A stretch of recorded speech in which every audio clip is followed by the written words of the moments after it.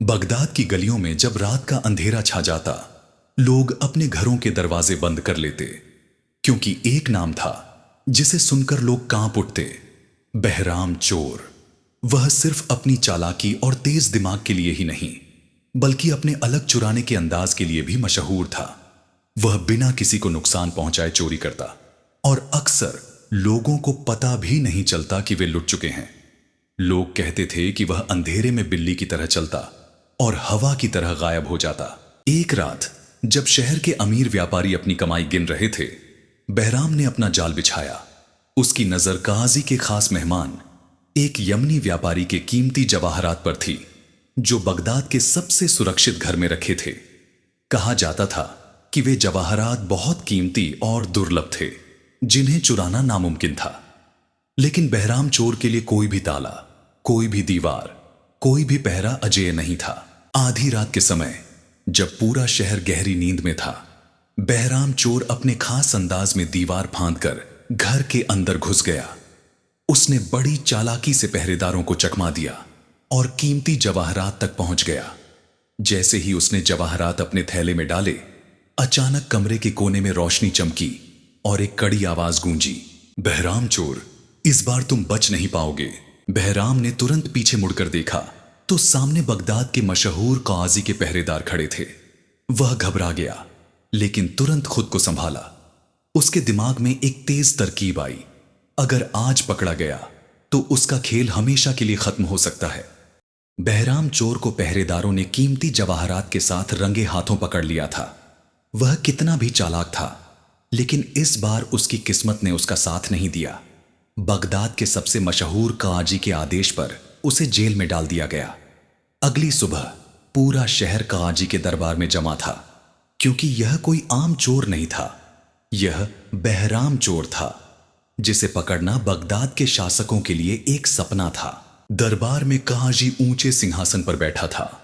उसकी आंखों में रौब और समझदारी की चमक थी। उसके सामने बहराम चोर को जंजीरों में बांधकर लाया गया। व्यापारी, पहरेदार और आम लोग सब यह जानने के लिए उत्सुक थे कि काजी क्या फैसला सुनाएगा। काजी ने सख्त लहजे में पूछा, बहराम, तुम्हें पता है कि तुम्हारे अपराध कितने गंभीर हैं? बगदाद में तुम्हारा नाम डर की पहचान बन चुका है। इस बार तुम्हें कड़ी सजा मिलेगी। बहराम चोर मुस्कुराकर बोला, काजी साहब, मैंने हमेशा चालाकी और अक्लमंदी से चोरी की है। मुझे यकीन था कि मैं कभी पकड़ा नहीं जाऊंगा, लेकिन किस्मत के फैसले को कौन रोक सकता है? लेकिन क्या आप मेरी अक्ल की परीक्षा लिए बिना मुझे अपराधी साबित कर सकते हैं? यह सुनकर काजी गंभीर हो गया। वह बगदाद का सबसे न्यायप्रिय काजी था, जो बिना वजह किसी को भी सजा नहीं देता था। काजी ने गहरी सोच के बाद कहा, बहराम, अगर तुम वाकई अक्लमंद हो तो मैं तुम्हें एक मौका देता हूं।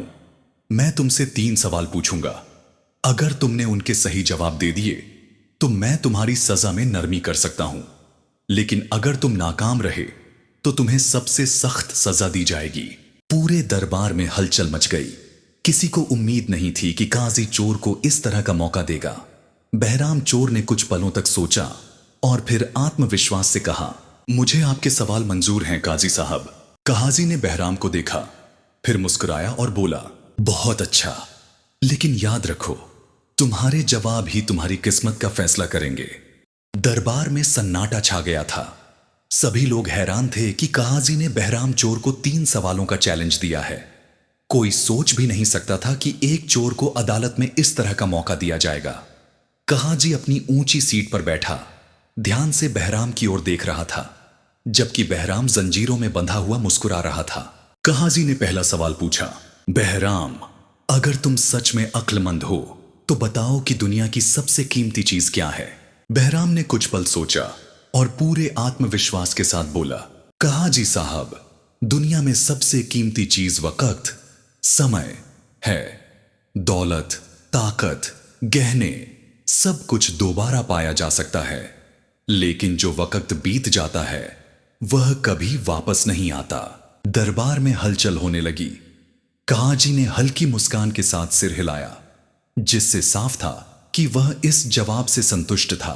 फिर काजी ने दूसरा सवाल किया, अच्छा, तो यह बताओ कि दुनिया की सबसे बड़ी सच्चाई क्या है? बहराम ने बिना समय गंवाए जवाब दिया, मौत। यह दुनिया की सबसे बड़ी सच्चाई है जिससे कोई इनकार नहीं कर सकता। चाहे राजा हो या फकीर, हर किसी को एक दिन मरना ही है। काजी ने गहरी नजरों से बहराम को देखा और हामी में सिर हिला दिया। दरबार में बैठे लोगों के चेहरों पर हैरानी साफ दिख रही थी। फिर काजी ने तीसरा और आखिरी सवाल पूछा, अगर तुम वाकई चालाक हो तो यह बताओ कि इंसान को सबसे ज्यादा किस चीज से धोखा मिलता है? बहराम मुस्कुराकर बोला, इंसान की अपनी ख्वाहिशें, इच्छाएं। लोग दूसरों पर इल्जाम लगाते हैं कि उन्हें धोखा दिया गया, लेकिन सच्चाई यह है कि इंसान को उसकी खुद की इच्छाएं धोखा देती हैं। जब वह कुछ चाहता है तो वह अंधा हो जाता है और उसका अंजाम बुरा होता है। यह सुनते ही दरबार में एकदम सन्नाटा छा गया। काजी की आंखों में चमक आ गई। वह हैरान था कि एक चोर इतनी समझदारी भरी बातें कैसे कर सकता है। बहराम चोर के जवाबों ने दरबार में बैठे हर व्यक्ति को हैरान कर दिया था। वह एक चोर था, लेकिन उसकी समझदारी और अक्लमंदी ने सबको चौंका दिया। काजी ने गहरी सोच में अपना पगड़ी ठीक की और अपनी कुर्सी की पीठ से टिककर बहराम को ध्यान से देखा। दरबार में पूरी तरह सन्नाटा था, जैसे सभी लोग कहाजी के अगले शब्दों का इंतजार कर रहे हों। कहाजी ने शांत लेकिन गंभीर आवाज में कहा, बहराम, तुम एक चोर हो, लेकिन तुम्हारी अक्ल और समझदारी किसी विद्वान से कम नहीं। तुमने सवालों के सही और बुद्धिमानी भरे जवाब दिए, लेकिन तुम्हारा अपराध अपनी जगह बना हुआ है। अगर मैं तुम्हें माफ कर दूं तो यह न्याय नहीं होगा, और अगर तुम्हें सख्त सजा दूं तो तुम्हारी बुद्धि बेकार चली जाएगी। बहराम ने काजी की बात ध्यान से सुनी। उसके चेहरे पर कोई डर नहीं था। उसे पता था कि आज उसकी किस्मत का फैसला होने वाला है। काजी ने ऊंची आवाज में ऐलान किया, मैं तुम्हें दो रास्ते देता हूं।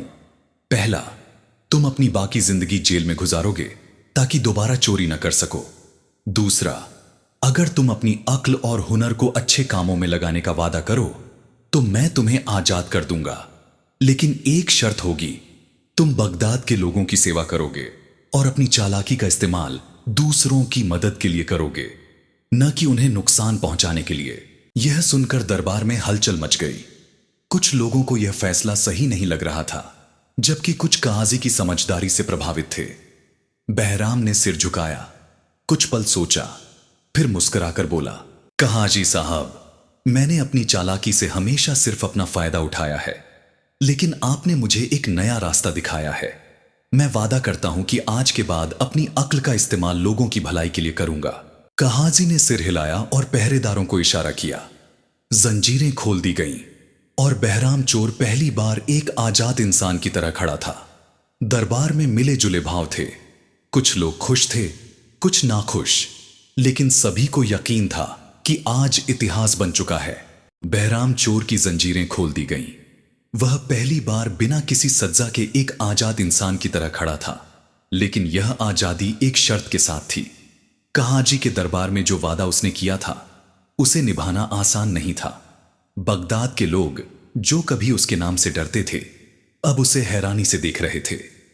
कुछ को यकीन था कि वह दोबारा अपनी पुरानी चालाकियों पर लौट आएगा, जबकि कुछ को उम्मीद थी कि शायद वह सच में बदल गया है। काजी ने आखिरी नसीहत देते हुए कहा, बहराम, समझदार वही होता है जो अपनी गलतियों से सीख ले। अगर तुमने बगदाद के लोगों के साथ इंसाफ किया तो तुम्हें इज्जत मिलेगी, लेकिन अगर तुमने चालाकी दिखाई तो याद रखो कि अदालत का दरवाजा तुम्हारे लिए हमेशा खुला रहेगा। बहराम ने काजी की तरफ देखा, सिर झुकाया और कहा, काजी साहब, आज से मैं अपनी चालाकी ही नहीं बल्कि अपनी अक्लमंदी का भी सही इस्तेमाल करूंगा और बगदाद के लोगों की भलाई के लिए काम करूंगा।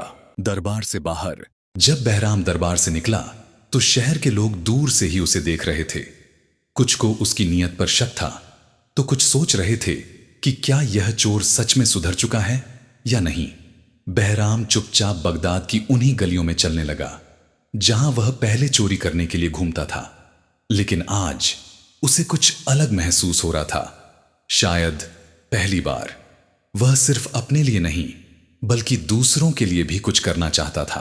पहली परीक्षा। रात के समय जब बहराम एक तंग गली से गुजर रहा था, उसने देखा कि दो आदमी एक गरीब व्यापारी का रास्ता रोककर जबरदस्ती उसका पैसा छीनने की कोशिश कर रहे थे। कुछ समय पहले शायद बहराम खुद भी किसी और के साथ यही कर रहा होता, लेकिन आज वह रुक गया। बहराम ने सख्त आवाज में कहा, बगदाद के बाजार का यही कानून है कि कमजोरों पर जुल्म नहीं किया जाता, इसे छोड़ दो। लुटेरों ने हैरानी से बहराम को देखा और हंसते हुए बोले, बहराम चोर हमें इंसाफ सिखाएगा, क्या तुम्हें खुद पर हंसी नहीं आती? बहराम ने बिना समय गंवाए अपनी चालाकी दिखाई। वह तेजी से आगे बढ़ा, एक लुटेरे के हाथ से खंजर छीनकर दूसरे की गर्दन पर रख दिया। दूसरा लुटेरा तुरंत पीछे हट गया और हाथ खड़े कर दिए। बहराम मुस्कुराया और कहा, अब भी हंसी आ रही है। लुटेरे डर कर भाग गए। व्यापारी हैरानी से बहराम को देख रहा था। तुमने मेरी जान बचाई, लेकिन तुम तो बहराम चोर हो ना? व्यापारी ने आश्चर्य से पूछा। पहले चोर था, अब बगदाद का रक्षक हूं, बहराम ने कहा और आगे बढ़ गया, जैसे कि वह एक नई जिंदगी शुरू करने जा रहा हो। बहराम चोर, जो कभी बगदाद की गलियों में छुपकर चलता था, अब खुलेआम घूम रहा था। लेकिन अब वह एक चोर के बजाय एक रक्षक बन चुका था। व्यापारी, अमीर लोग और आम जनता उसे हैरानी से देख रहे थे। कुछ को विश्वास नहीं हो रहा था कि यह वही बहराम है जो कभी उनके घरों में चोरी करने के लिए घुसता था, जबकि कुछ अब भी उस पर शक कर रहे थे। बगदाद के अमीरों की परीक्षा। एक दिन शहर के कुछ अमीर लोग काजी के दरबार में आए और बोले, काजी साहब, एक चोर पर इतना भरोसा करना क्या समझदारी है? हो सकता है कि बहराम ने थोड़े समय के लिए अपना रास्ता बदला हो, लेकिन क्या कोई चोर सच में सुधर सकता है? काजी मुस्कुराए और बोले, किसी इंसान की नीयत को परखने के लिए समय और परीक्षा जरूरी होती है। अगर बहराम अपनी नीयत में सच्चा होगा तो उसके काम इसे साबित करेंगे, और अगर वह झूठा होगा तो यह भी साफ हो जाएगा। बहराम की असली परीक्षा। उसी रात बहराम बगदाद के बाजार में घूम रहा था कि उसने एक बूढ़ी औरत को मदद के लिए पुकारते सुना। कुछ सिपाहियों ने उसके बेटे को झूठे आरोप में गिरफ्तार कर लिया था और वह बेबस होकर रो रही थी। बहराम को गुस्सा आया। वह सीधा सिपाहियों के पास गया और बोला, क्या तुम्हारे पास कोई सबूत है कि यह लड़का चोर है, या यह सिर्फ तुम्हारी ताकत दिखाने का खेल है? सिपाहियों ने उसे घूरकर कहा, बहराम, तुम खुद एक चोर रहे हो, तुम्हें इंसाफ की बात करने का कोई हक नहीं। बहराम ने शांत होकर जवाब दिया, यह सच है कि मैं चोर था, लेकिन अब मैं चोरों के खिलाफ खड़ा हूं। बहराम ने अपनी चतुराई से सच्चाई का पता लगाया और मालूम हुआ कि असली चोर तो अमीरों का एक नौकर था, जिसने चोरी करके इल्जाम इस बेगुनाह लड़के पर लगा दिया था। काजी की अदालत में बहराम की परीक्षा। अगले दिन बहराम उस लड़के को लेकर काजी के दरबार में पहुंचा और बोला, काजी साहब, यह लड़का बेगुनाह है और असली चोर कोई और है। अगर मैं चाहता तो चुप रह सकता था, लेकिन मैंने अपना वादा निभाया। काजी ने बहराम को ध्यान से देखा, फिर मुस्कुराकर बोले, आज तुमने साबित कर दिया कि इंसान का स्वभाव हमेशा एक जैसा नहीं रहता। जो चाहे वह अपनी तकदीर बदल सकता है। बहराम चोर, जो कभी बगदाद के अमीरों के लिए एक डर का नाम था, आज इंसाफ की मिसाल बन चुका था।